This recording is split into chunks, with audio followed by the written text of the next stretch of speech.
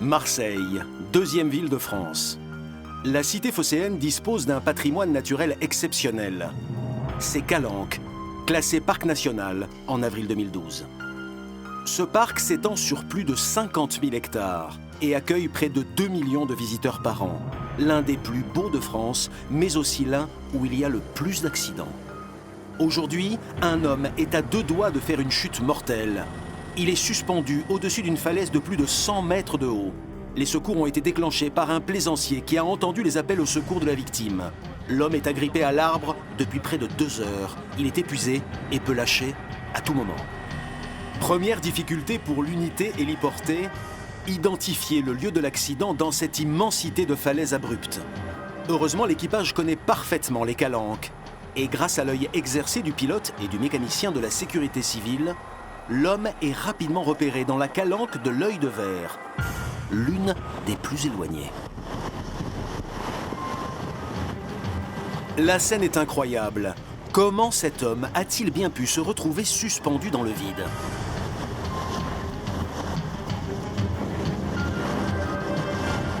Pour les secouristes, il faut le récupérer avant qu'il ne soit à bout de force.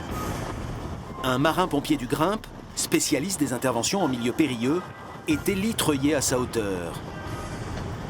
Mais l'opération est délicate.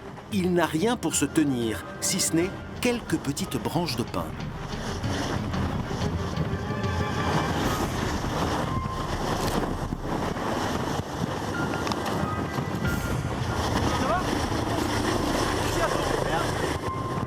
Le pompier du Grimpe va rapidement installer un harnais de secours. Mais c'est le moment le plus dangereux, et le pompier le sait bien. Car se sentant en sécurité, la victime peut lâcher prise avant d'être complètement accrochée. L'homme est sécurisé, prêt à être treuillé. Mais il n'est plus lucide et n'ose pas lâcher sa sangle, ce qui met grandement en danger l'ensemble de l'équipage, tous reliés par le câble.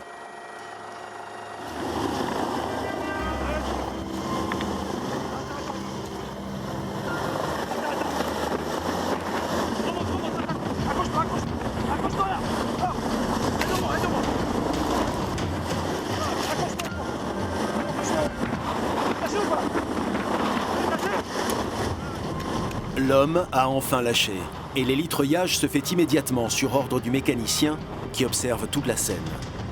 Les pieds sur le patin de l'hélicoptère.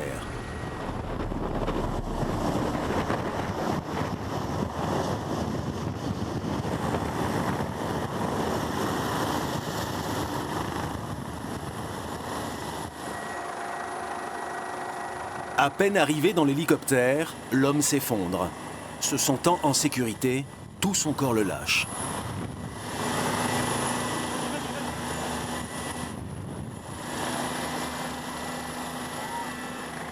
Après avoir repris son souffle et ses esprits, il explique aux pompiers comment il s'est retrouvé dans une telle situation.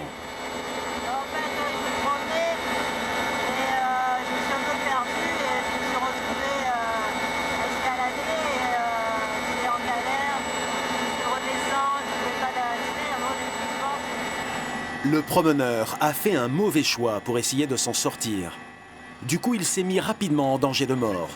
Mais ce que découvre le pompier à l'intérieur de l'hélicoptère, c'est que la victime n'est pas seulement épuisée, elle est aussi blessée.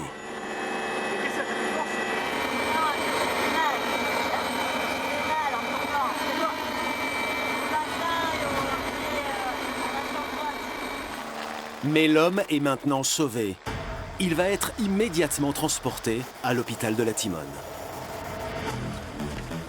Si aujourd'hui il est en vie, c'est grâce au professionnalisme des marins-pompiers du Grimpe.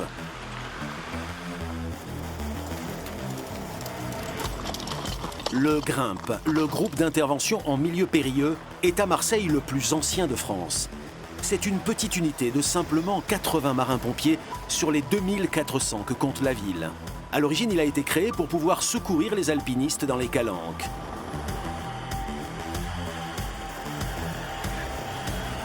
Aujourd'hui, ces super pompiers sont capables d'intervenir là où les autres pompiers ne peuvent aller. En falaise, au fond d'un gouffre, sur des chemins difficiles d'accès, mais aussi en milieu urbain, Comme dans les égouts de la ville, sur certains chantiers compliqués ou sur n'importe quel building. Chaque année, ils réalisent 120 interventions en milieu périlleux. Ils sont surentraînés et suréquipés.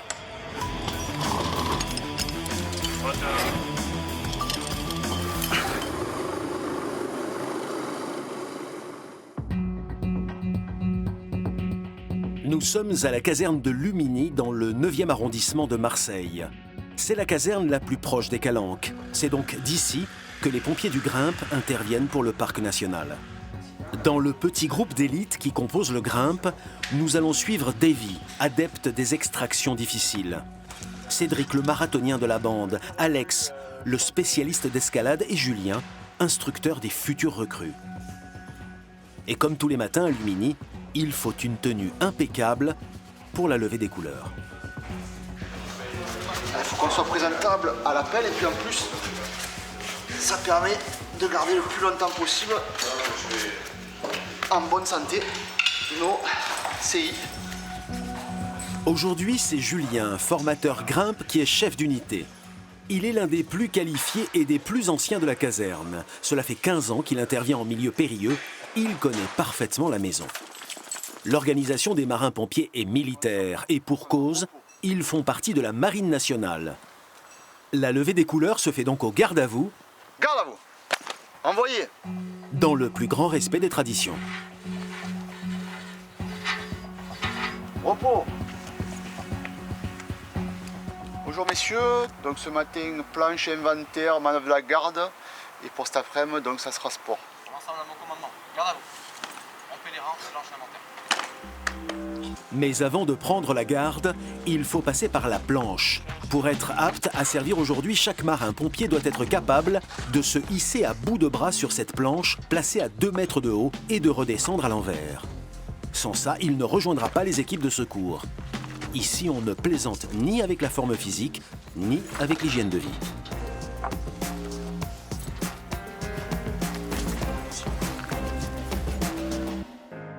À peine l'exercice de la planche terminé, c'est déjà le premier appel. Julien récupère tout son équipement Grimpe. Chaussures de montagne, baudrier, casque, pantalon et veste légère. Pourtant, aussi étonnamment que cela puisse paraître, il n'est pas appelé en milieu naturel, mais en plein Marseille, sur le front de mer. Nous arrivons sur la corniche Kennedy. Une corniche en balcon de 3 km, la plus longue du monde. Julien va y faire une opération pas comme les autres. Secourir un homme qui s'est grièvement blessé sur des rochers en contrebas de la corniche. L'homme est dans un état critique. Les pompiers traditionnels ne peuvent extraire la victime tout seul. L'endroit est beaucoup trop escarpé. Alors c'est Julien qui va devoir le sortir d'affaire avec ses techniques d'alpinisme. Alors je t'écoute Bruno. On a une victime en bas. Elle est conditionnée, c'est une suspicion de rachis, elle est conditionnée, immobilisée.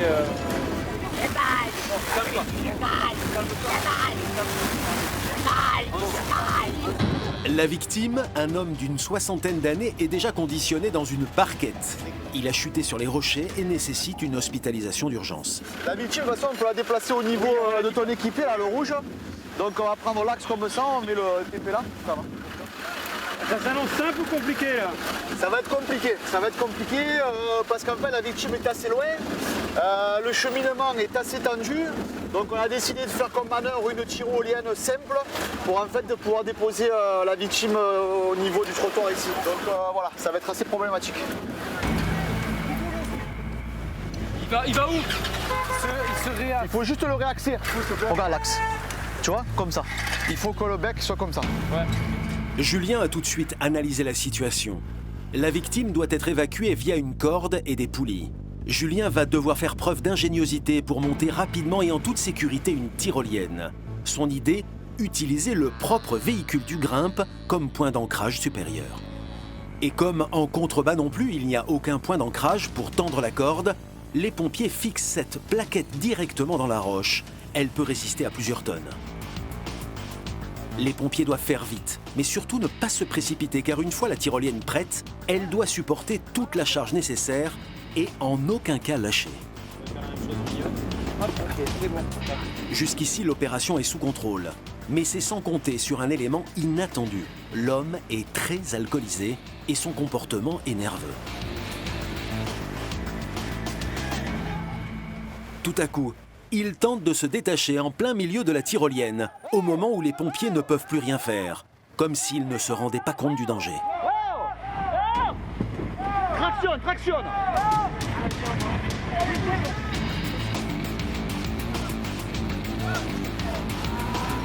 À fond. Heureusement, l'homme n'a pas suffisamment de force pour soulever son propre corps et se détacher. T'es à fond là? T'es à fond? C'est bon, c'est bon. J'ai tapé un mur. Halte. Tout a bougé, j'ai pas Bougez pas, monsieur, ne bougez pas. mal à la tête. Oui, ça va, ça va. Tu m'as enfermé dans cette merde. Ferme ta gueule, toi. Au sol. C'est bon, les gars, super. Relève-toi. Ta gueule, ferme ta gueule, toi. L'homme n'a pas réussi sa manœuvre et se montre très agressif avec les pompiers qui viennent pourtant de le sauver. Heureusement, ils vont trouver un moyen tout simple pour vite le calmer. Quelques pièces de monnaie tombées de la poche de l'homme pendant son trajet en tyrolienne.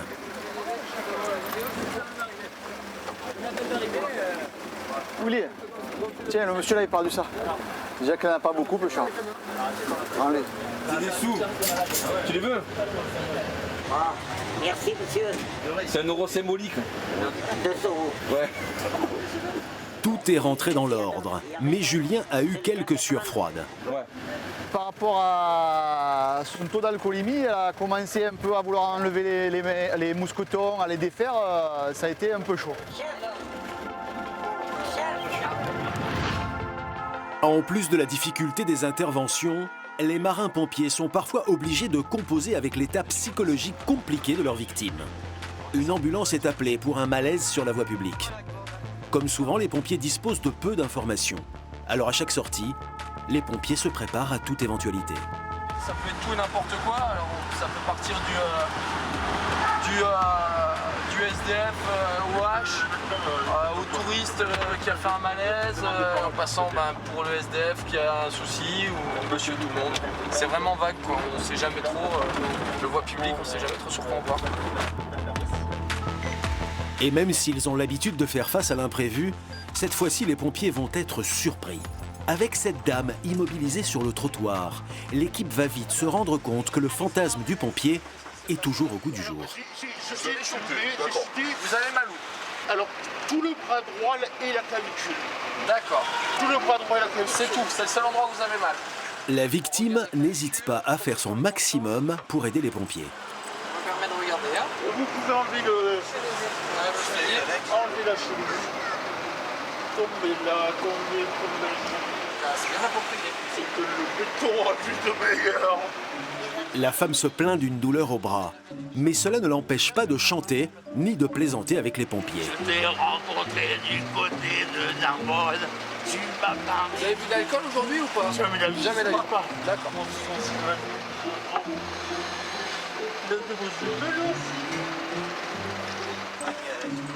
L'exercice de brancardage est délicat. La femme est obèse, elle pèse 140 kilos. C'est bon les gars, merci.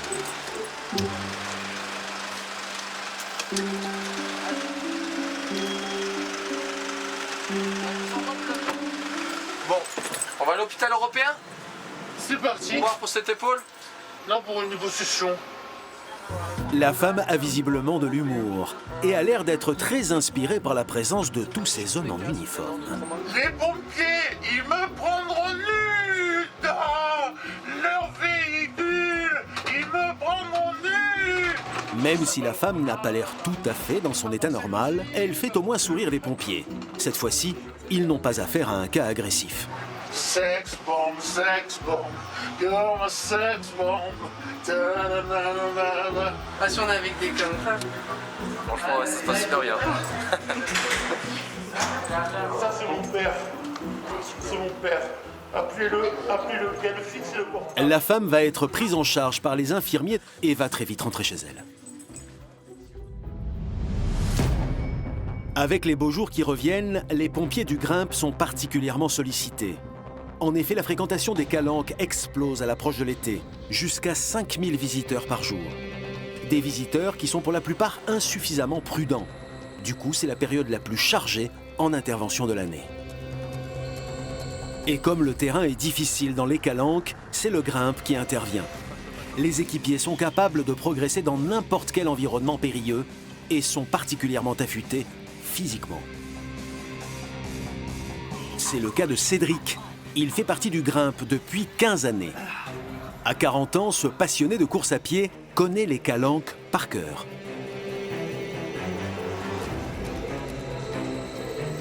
Aujourd'hui, le temps est particulièrement beau et c'est très vite l'heure du premier appel. Les informations sont succinctes. Cédric est loin de se douter de ce qui l'attend. Ça va être une journée de folie. Avec lui sur cette sortie, Davy, chef d'équipe, et Mathieu, deuxième équipier.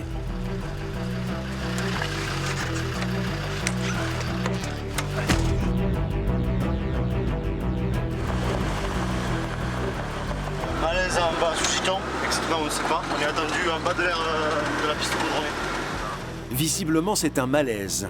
Dans ce cas de figure, on ne sait jamais quelle est la gravité de la situation. Davy et ses coéquipiers ne perdent pas une minute. Mais contrairement à la ville, ici, pas d'adresse précise. Attends, elle te parle. C'est le premier raccourci qui est en bas, après si vous voulez, je vous montre. Juste là, au niveau des Le premier à droite. Après, si vous voulez, je descends avec vous. Vous vous garez, je descends avec vous, je vous montre où elle est. Allez-y madame, passez devant. La victime est juste en contrebas. Mais voilà, le chemin est encombré par un groupe de jeunes. Davy doit faire la circulation lui-même.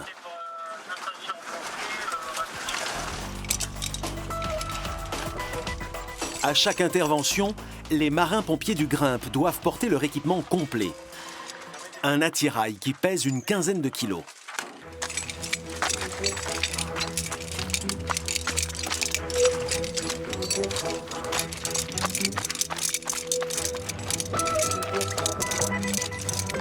Au bout de quelques minutes seulement, ils rejoignent la victime. On a voulu monter, à un moment donné, il me dit j'en peux plus. Et elle m'est tombée dessus, elle m'a dit oh je me sens partir, Davy ne veut prendre aucun risque. Pour identifier au plus vite la cause de ce malaise, il décide d'évacuer la randonneuse par hélicoptère. C'est un casque madame, en sécurité.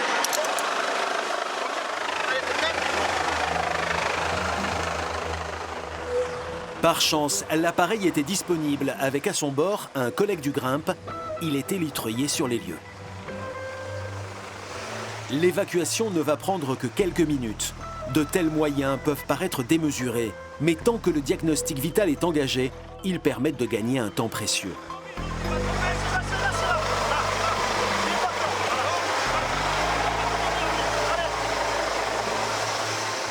L'évacuation en hélicoptère permet aussi de rendre l'unité grimpe disponible plus rapidement pour d'autres interventions. C'est pas un dû, hein. Il y a des fois la météo ne nous permet pas d'avoir l'hélicoptère ou alors l'hélicoptère est en intervention. Donc quand on l'a, c'est un gros plus. Et par contre, il faut apprendre à faire sans. Qu'est-ce qui se passe? Il y a une deuxième victime en bas. Saxo de Vegrimp Lumini, bien reçu, on va faire une reconnaissance. À peine la victime évacuée, Davy reçoit un autre appel. Un autre secours est à faire dans la calanque, juste à côté. Est-ce que là, quelqu'un a besoin des marins-pompiers? De l'autre côté maintenant, du coup. En plus, c'est du blessé. Ok, merci. Première playa.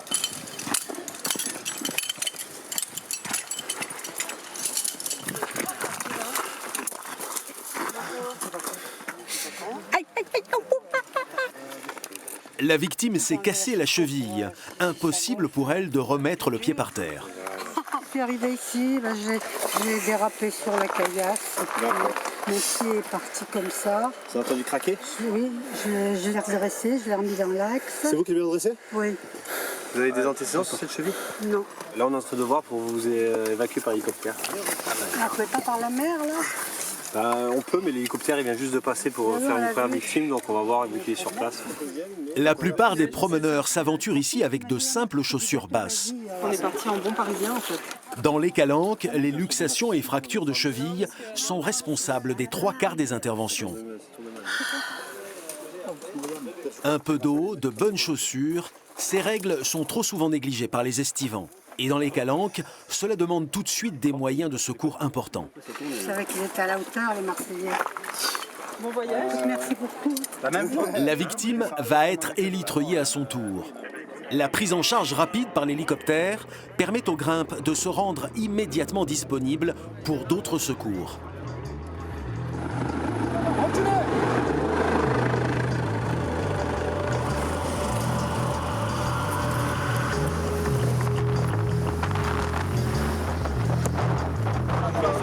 Après, naturellement, vous allez voir, vous allez toucher à quelque chose, vous allez basculer un peu. Je vais vous tenir, moi. Voilà, ne vous attachez pas.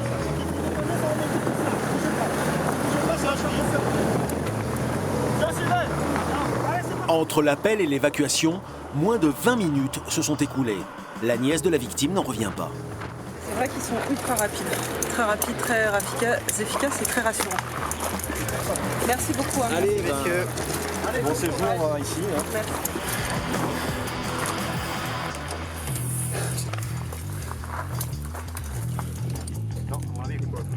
En remontant, Cédric constate que les touristes sont loin d'être bien équipés.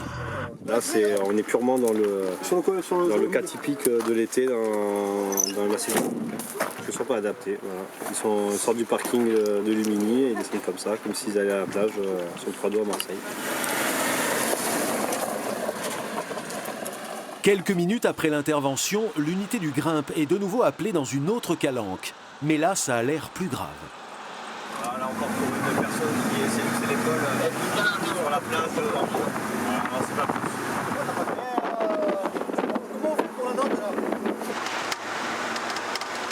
Direction la calanque d'Anvaux. Elle est très difficile d'accès. Il faut plus d'1 heure de marche pour la rejoindre.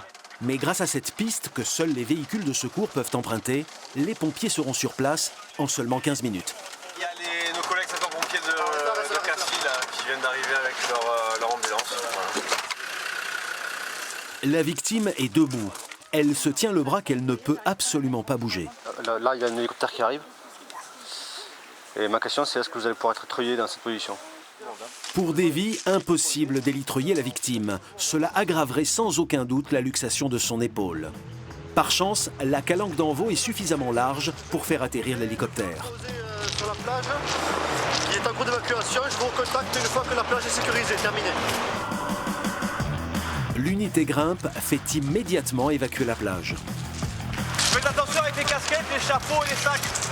Et comme à chaque intervention, l'hélicoptère arrive en quelques minutes.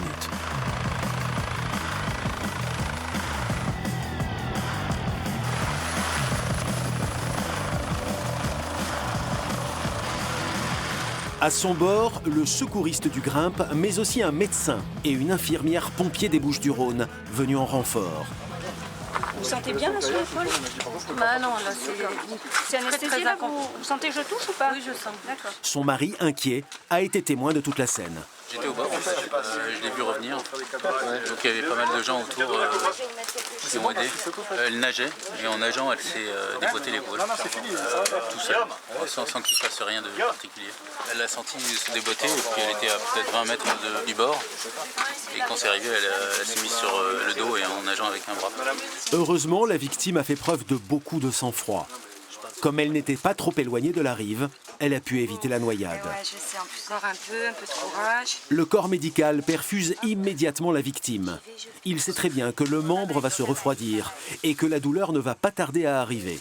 Alors il lui injecte de la morphine et lui fait inhaler un gaz endormant.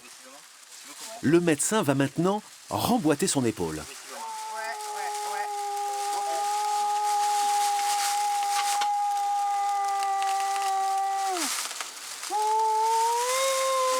Je sais que ça fait mal. Ouais. Pourquoi? Parce que je suis opéré des 2 épaules et j'ai connu ça il y a quelques années. C'est la fin de la journée et il commence à faire frais. Au fur et à mesure que le corps de la baigneuse se refroidit, il est de plus en plus difficile de remettre l'épaule en place. Sous le regard anxieux de son mari, la victime va être transportée épaule déboîtée à l'hôpital. Les tentatives répétées la font trop souffrir. En une seule sortie dans les calanques, Cédric, Davy et Mathieu sont intervenus sur 3 appels d'urgence différents. Une journée bien remplie mais qui est loin d'être terminée.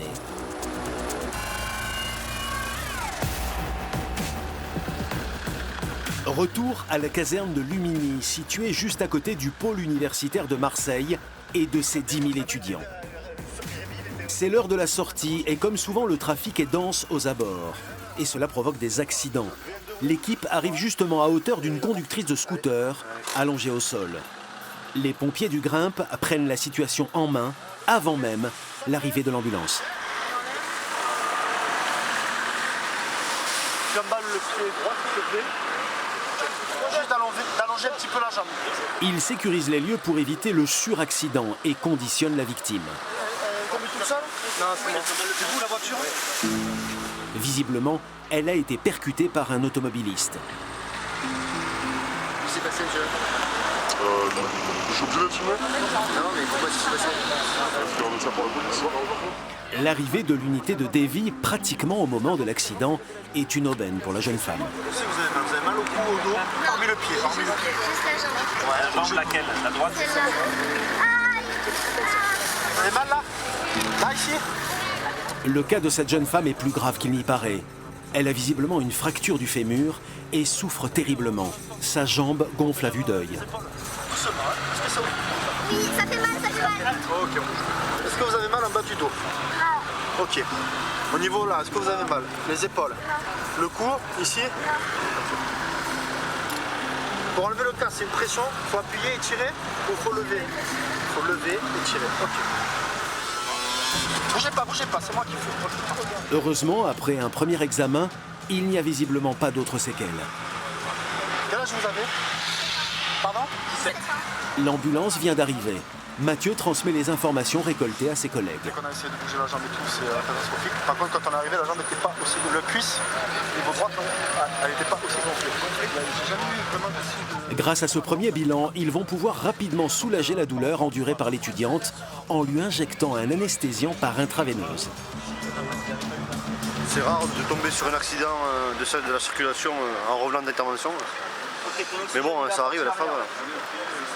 Donc on réagit en fonction. Et puis bon, c'est vrai que nous, avec le Grimpe Luminy, on n'a pas trop de moyens d'intervenir là.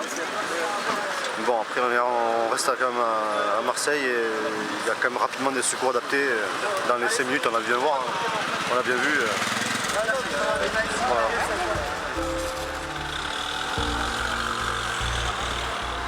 Bon les gars, ça va les gars?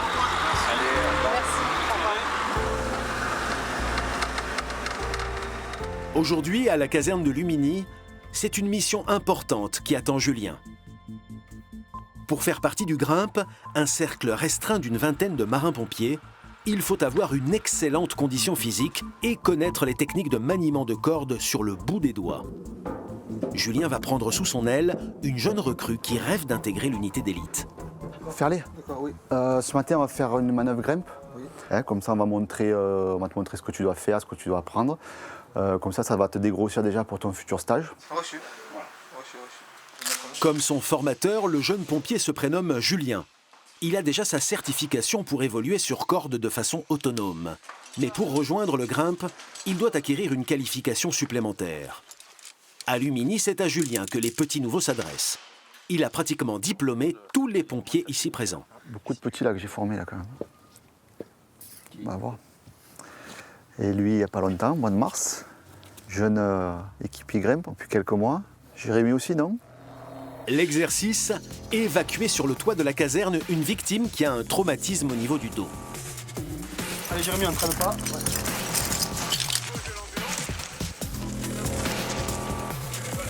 Alors, je serre pas parce qu'on va venir le tresser.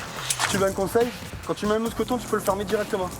Au moins, tu n'oublies pas de le fermer. Là, tu le fermes et tu n'as plus qu'à faire passer ta corde dedans pour faire la triangulation. Tu comprends le coup? Oui.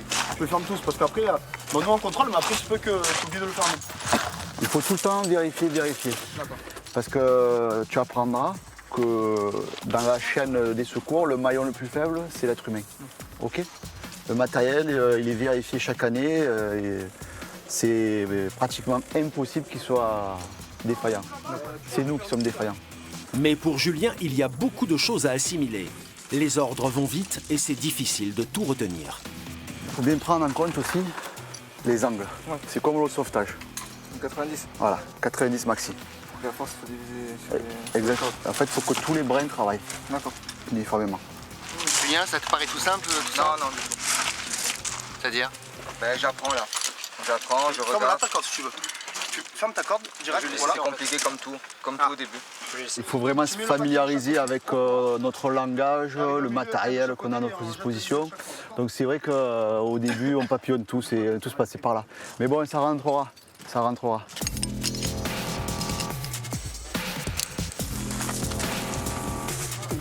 Et pour que Julien comprenne bien que l'on n'a pas le droit à l'erreur, il va jouer lui-même la victime. C'est lui qui va descendre par la tyrolienne. Vas-y, rabat. 1, 2. Ok, pour le premier. C'est bon? Allez, vas-y, du mot.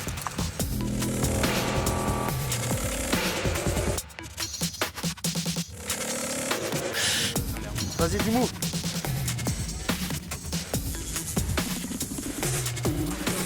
J'ai pas trop dans la barquette? Non, du tout. Ouais. Franchement, nickel. Mais Julien devra encore patienter quelques mois avant sa première intervention grimpe. En attendant de passer son stage, il est affecté à l'ambulance. Allez, ça sonne sympa.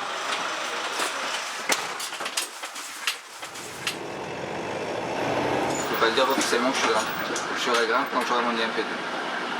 T'as hâte? Oui. Pourquoi? Mais quand je vois les collègues partir, ça donne envie, donc là je vais voir, j'espère en octobre la voir, et après partir avec eux ou voilà. L'ambulance de Julien est appelée pour un malaise dans un hôtel de la ville. Et le jeune pompier va vite se rendre compte que le cas est bien plus grave qu'il n'y paraît. Une jeune femme à bout de force est incapable de se lever de son lit. Victime à domicile, rien peut-être bien. Vous êtes très vite de la caserne sur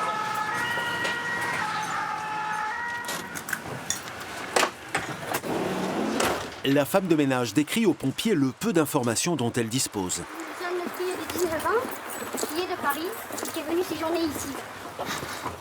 Elle a découvert la jeune femme complètement amorphe à 13 h au moment de faire la chambre. La jeune fille s'est sentie mal ce matin quand je suis venue la voir. Avec sa dit quand je suis venue la voir, elle a passé la nuit. A priori, elle aurait bu et elle fumé et elle se sentait bien. Julien prend vite sa tension, mais pour Davy, il n'y a pas que de l'alcool derrière cet état. Ouais, mais toi, il faut aller faire une prise de sang au moins pour savoir la nature du produit de cette nuit. Là. Pas sûr si c'est de la cocaïne ou pas de la cocaïne. Donc. Ah. On rassemble vos affaires. Le sac est à vous là? Vous êtes habillés? Oui. La jeune femme a visiblement bu et pris des stupéfiants. Son état pouvant s'aggraver, il faut rapidement la transporter aux urgences de l'hôpital de la Timone.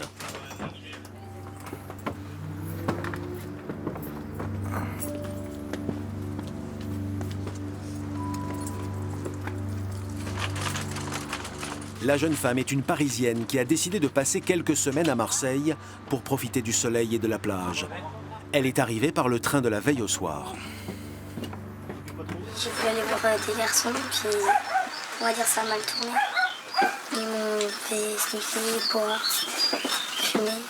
Je ne me rappelle pas de tout ce qui s'est passé.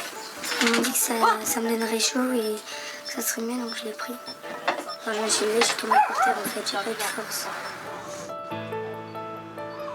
Mais un symptôme est inquiétant. La jeune femme se plaint de douleurs abdominales, ce qui ne peut pas être provoqué par la seule consommation de drogue.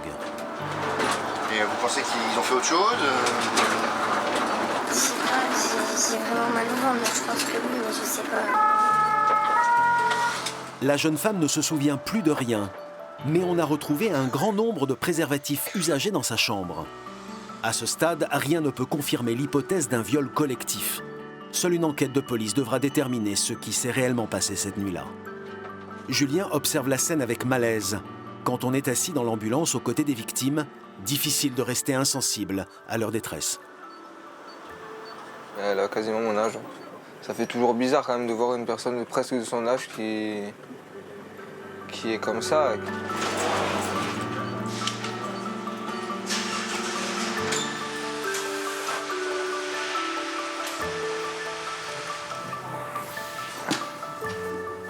L'équipe entière est touchée par le drame qu'a vécu la jeune femme. Il n'y a pas que des anges. La victime va être prise en charge par une infirmière qui comprend tout de suite la situation et elle va être particulièrement douce avec elle. Julien, en tant que marin-pompier affecté à l'ambulance, est confronté à tout type d'intervention, y compris les plus dures. Quand on fait ses premières armes dans le bataillon, il faut savoir s'aguerrir, mais aussi, il faut savoir rester à sa place. Comme Julien est le plus jeune de la caserne, c'est lui qui s'occupe en priorité des corvées quand vient l'heure du déjeuner. Les gars, il y a quoi à faire? Il faut mettre la table en fait.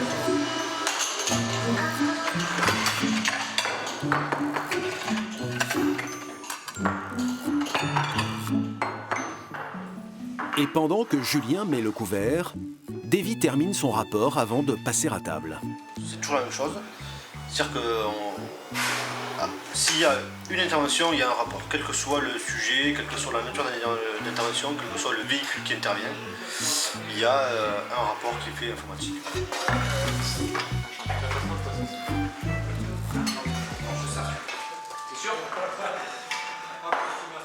Mais Davy va devoir écourter son repas.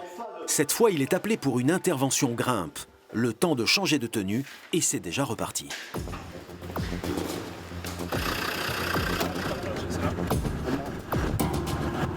Une dame est tombée dans une piscine de 3,50 m. Et a priori, ça devrait être elle peut être blessée sérieusement car il y a une AR avec nous. L'AR, l'ambulance à réanimation, est déjà sur place. L'état de la victime est visiblement très grave et les pompiers qui sont sur les lieux n'ont aucune solution sûre pour l'extraire. L'unité grimpe est donc indispensable. L'intervention est à l'autre bout de la ville. Pour gagner du temps, Davy briefe déjà son équipe. Les gars, en arrivant, le baudrier complet, Manu il aura déjà fait son connaissance. L'unité grimpe de la caserne d'Andoum a déjà fait le repérage des lieux. Mais c'est Davy qui va prendre les choses en main. La scène est impressionnante et ce type d'intervention rarissime. La femme est dans un état critique. Il faut l'évacuer le plus vite possible à l'hôpital. La femme a trébuché sur le rebord de sa piscine en construction et a fait une chute de près de 3 mètres directement sur le béton. J'étais en train de regarder le match de tennis à la télévision et j'ai découvert mon amie au fond de la piscine en train pleine de sang. Elle a dû avoir un étourdissement et comme elle était vraiment au bord, elle est tombée dans la piscine. Si le brancard n'est pas maintenu à l'horizontale, il y a risque d'insuffisance cardiaque. La seule solution pour sortir la victime de là, c'est de déployer une tyrolienne. Davy doit mettre en place beaucoup de matériel. Le médecin ne lui donne que 30 minutes. La première chose à faire est de trouver 2 points d'ancrage naturel pour tendre une corde au-dessus de la piscine. L'axe de travail va être ici, on va faire une tyro ici. Ok. Point d'ancrage ici en haut, ça va être un IPN. 2 varios en haut et tu mets une patte d'ours. Ok, ça va. Allez, action. Le marin-pompier au casque blanc est chef d'unité. Il seconde Davy dans ses opérations. Leurs coéquipiers au casque rouge sont à l'écoute de leurs instructions. Chacun a un poste prédéfini.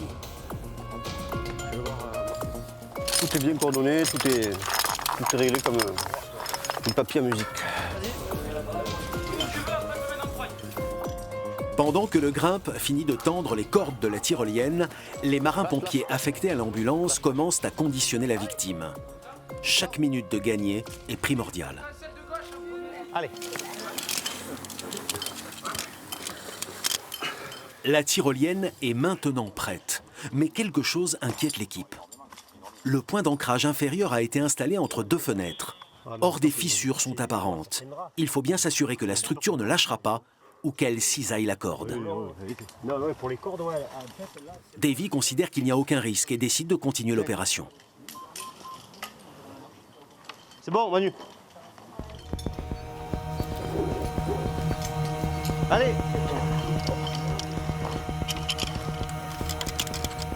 Traction. Doucement, hein. Du mou. Ok. JP, du mou. Doucement, JP à toi. Davy, en tant que véritable chef d'orchestre, doit coordonner les gestes de tous les équipiers. Régulière, tu n'es pas plus de 10 cm et le nœud pas collé. Ne vous penchez pas, les gars, ça sert à rien de tomber, elle va le poser là-bas. Du mou, s'il te plaît.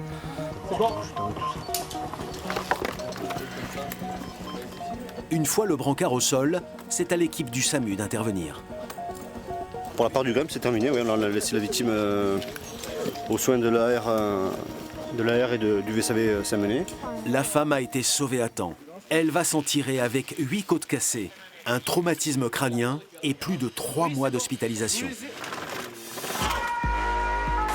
L'ambulance réanimation est systématiquement envoyée lorsqu'une personne est déclarée inconsciente. Une garantie de réponse rapide afin de limiter les risques de complications. Un peu plus tard, c'est encore le cas sur cet appel d'urgence. Alors on a été appelé pour un masculin allongé dans le couloir qui sera apparemment inconscient. Nous sommes dans le 6e arrondissement de la ville. Un jeune homme d'une vingtaine d'années vient de faire un malaise vagal dans un sauna exclusivement réservé aux hommes. Il aurait pris des substances en trop grande quantité. Monsieur. Monsieur, essayez de bouger un petit peu. La victime ne répond pas aux pompiers. Les signes sont inquiétants. Heureusement, la victime bouge légèrement, ce qui rassure les pompiers, mais aussi les clients réguliers de l'établissement qui ont tous accouru. Ça marche? Ça marche. Envoyez, allez-y. Allez, c'est bon.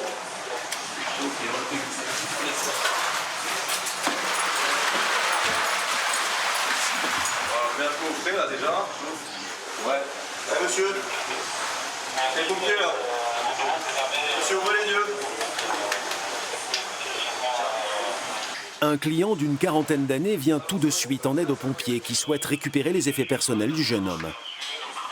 J'ai récupéré sa clé. Ouais, ça fait de... Ses absents dedans. Ouais, ça marche. Dès que c'est bon pour toi, Il est facile à... après, on se le met au frais dans le vestiaire. Lorsque les pompiers prennent en charge une victime, ils doivent récupérer toutes ses affaires dans la mesure du possible. Cela leur permet également de voir ce que le jeune homme aurait ingurgité. Le jeune homme est déplacé dans une salle plus fraîche. La température trop chaude du sauna ne lui a visiblement pas réussi.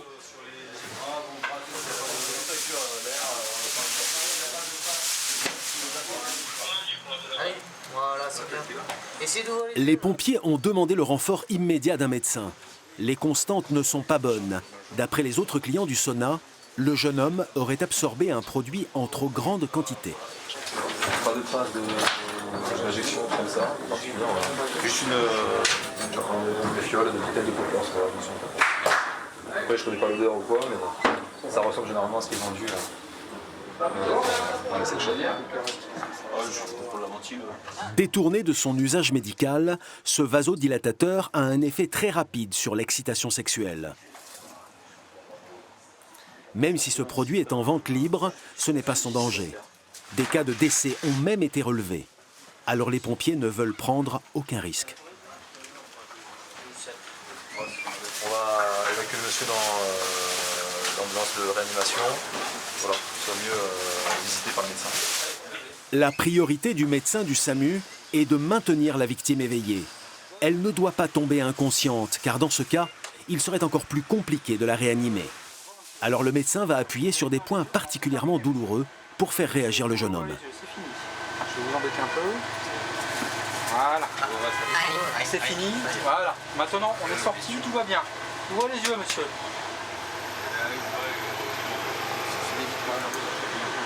Allez, c'est suffit. Qu'est-ce qui s'est passé? Qu'est-ce qui s'est passé? Voilà. Alors, maintenant, ouvrez les yeux, c'est fini. Je vais vous embêter, monsieur. Je vais être obligé de vous perfuser, là. Alors, ça suffit, maintenant. Allez, on arrête. Maintenant, est-ce que vous voulez que je vous mette une perfusion ou pas? Mais la victime ne réagit pas suffisamment pour le médecin. Alors il ne va pas lésiner sur les moyens. Électrocardiogramme, perfusion, il faut prévenir le pire. Il y a des moments où il donne l'impression de ronfler un petit peu, donc on veut quand même vérifier. Il n'a pas pris d'autres médicaments, donc on donne des antidotes. Le jeune homme est emmené à l'hôpital et quelques heures plus tard, il reviendra à lui. Grâce à l'intervention rapide des pompiers, de graves complications ont pu être évitées. Les missions d'assistance à personne représentent 80% des interventions des marins-pompiers de Marseille. Celles consacrées aux incendies, elles, baissent chaque année un peu plus. Elles sont tombées aujourd'hui à moins de 10%. Pourtant, il faut toujours être prêt à y répondre. Cédric, Davy et Mathieu se rendent cette fois-ci dans le 9e arrondissement, au cœur du quartier de Redon, l'un des plus aisés de Marseille.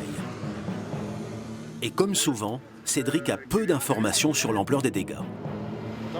Tu m'entends? Pour l'instant, on ne sait pas, il y a de la fumée qui sort d'une toiture de gymnase. Les pompiers savent qu'un incendie s'est déclaré à l'intérieur du bâtiment. Ils doivent faire preuve d'une grande prudence car ils n'ont aucune visibilité sur l'ampleur du feu. Bon là, le gaz est coupé, donc on a diminué le danger. Et voilà, là vous entendez la disqueuse, les collègues qui disquent la porte.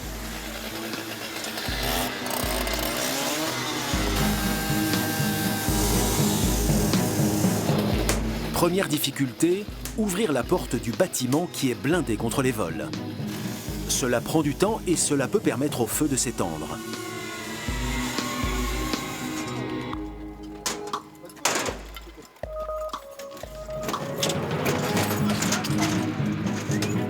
Mathieu et Cédric font une reconnaissance rapide pour savoir quels moyens il faut engager. Ils font rapidement leur débrief à Davy. Quand tu rentres droit à la lance, tu vas rentrer dans un couloir qui donne à un vestiaire. En rentrant de suite à gauche, tu verras sur ta gauche, tu as un bloc lumineux d'ambiance. C'est lui qui a pris feu. C'est irrespirable, ouais. Ils sont obligés de respirer avec la bouteille d'air et les masques qu'on a sur nous.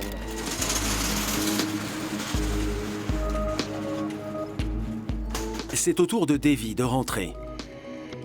Il faut vite repérer les points chauds à l'aide d'une caméra thermique.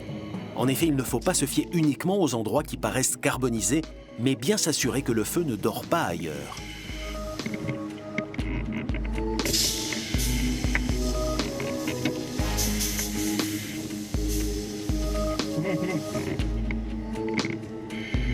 Il y a une porte qui s'est consumée, là, ce serait d'origine électrique.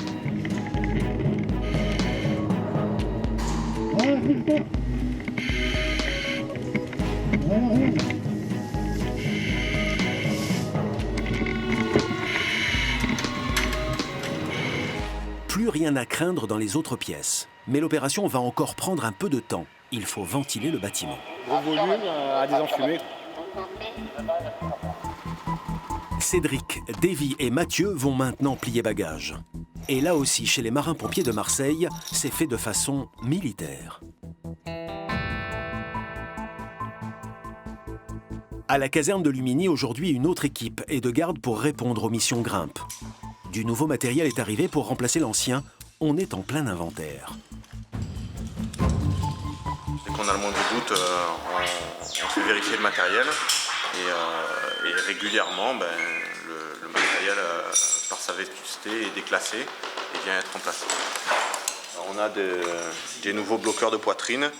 Ceux-là, ils sont plus petits, plus légers, donc c'est plus intéressant pour nous que ceux qu'on avait avant. Alex est aujourd'hui le chef d'unité. Il est rapidement appelé dans les calanques pour un accident d'escalade. À chaque sortie, l'unité doit être prête à s'engager en falaise, l'une des interventions les plus difficiles. Et aujourd'hui, les pompiers des Calanques ne pourront pas compter sur l'aide de leurs précieux alliés. On n'a pas d'hélicoptère parce qu'ils sont en train de travailler avec les sapeurs-pompiers sur le Cap Canaille. L'été, l'accès à la Calanque n'est autorisé qu'aux riverains. Pour y accéder plus rapidement, les marins-pompiers passent par les chemins forestiers interdits au public. En 15 minutes, ils arrivent à la Calanque de Sugiton. Et ici, ils connaissent bien l'impressionnante falaise qui la surplombe. Elle fait 100 mètres de haut. Alors là, il est au pied en fait de la falaise. Bon, le souci, c'est qu'on ne va pas attaquer tout droit. Hein. Déjà, il n'y a pas de sentier. On est obligé de repartir sur le bout de la Calanque et remonter un petit peu au-dessus là. Donc ça fait une bonne marche quand même. Le groupe a devant lui une demi-heure de marche. Très vite, l'équipe va devoir quitter le sentier existant et progresser dans un terrain escarpé.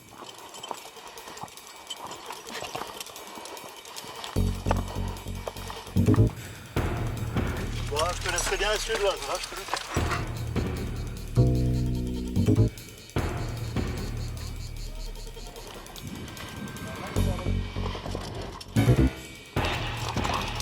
Dans ce genre de progression, il faut éviter le suraccident. Dans la précipitation, une chute ou une luxation de cheville est très vite arrivée.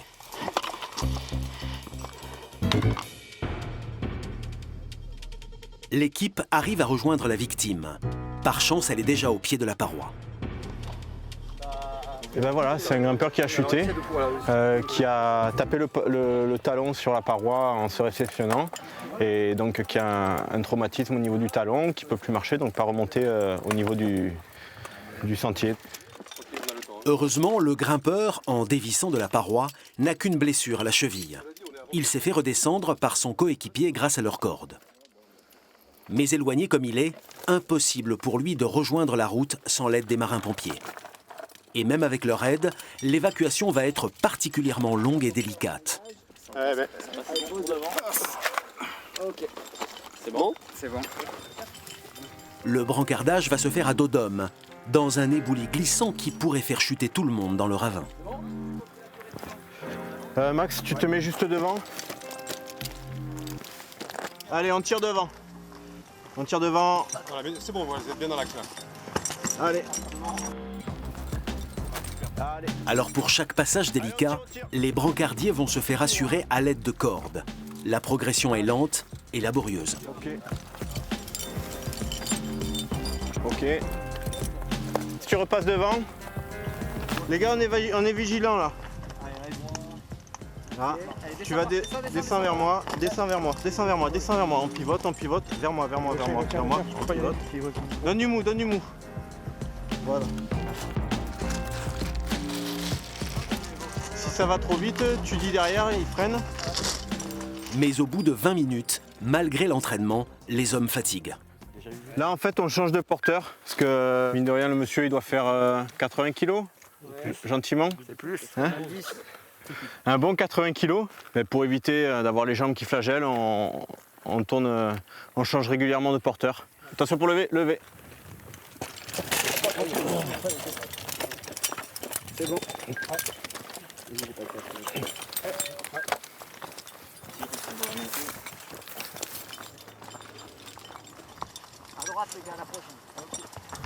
Là voilà, on a rejoint le plateau, là on est au col de Sugiton. Ouais. Donc c'est là où sont stationnés les véhicules, ils sont juste derrière. Donc on a fini la remontée. Là on n'a plus que du plat. Donc voilà, on a fait le gros de l'effort. Ça va, ça a été ? Après 1 heure de portage sur près d'1 kilomètre de progression difficile, le groupe arrive enfin au véhicule. C'est une mission grimpe de plus, accomplie avec succès.